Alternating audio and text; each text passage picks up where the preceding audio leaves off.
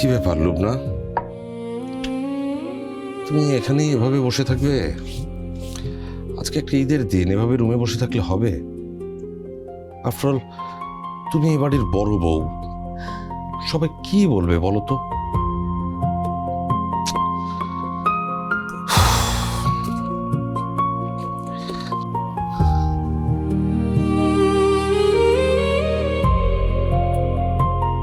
নাহিয়ানের জন্য কষ্ট পাচ্ছ?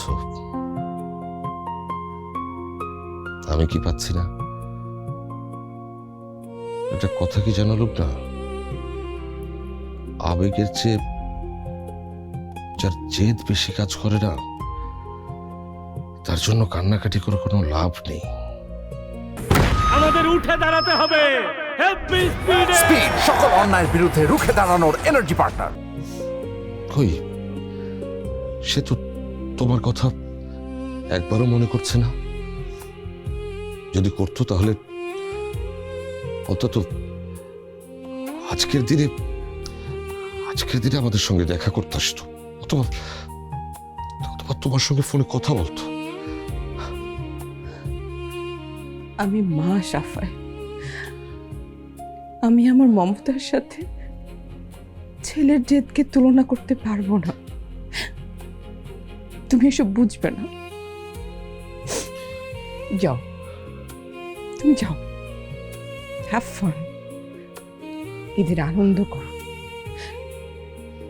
আর প্লিজ তুমি আমাকে একটু একটু একা থাকতে দাও। নিজের ছেলের জন্য মন খারাপ করার অধিকারটুকু অন্তত আমার কাছ থেকে তুমি কেড়ে নিও না, প্লিজ।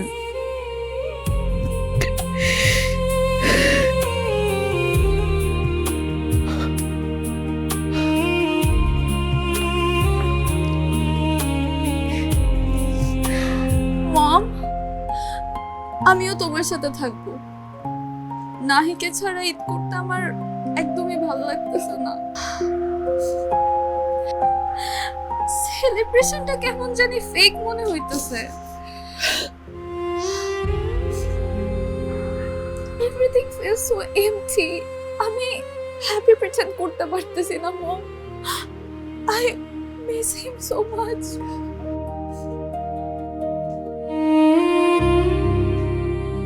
আচ্ছা, তোমরা কি ভাবছো? আমার খারাপ লাগছে না? আমার কি মন নেই তাই বলে আমাদের একটা ধর্মীয় উৎসব, আজ একটা ঈদের দিন, এই দিনটাকে আমি নষ্ট করব? নষ্ট কেন করবে? তুমি তো আনন্দ করতে যাচ্ছই তোমার ভাইদের সাথে, তোমার মায়ের সাথে। যাও প্লিজ। মানে নাহিয়ানের জন্য এই মন খারাপ করার ড্রামাটা অন্তত করো না, প্লিজ। যদি তুমি একটা বারের জন্য হলেও কল করে বলতে যে বাবা চলে আয়, তাও আমি বিশ্বাস করতাম। তোমার ইগো তোমার ছেলের চেয়েও বড় হয়ে গেছে।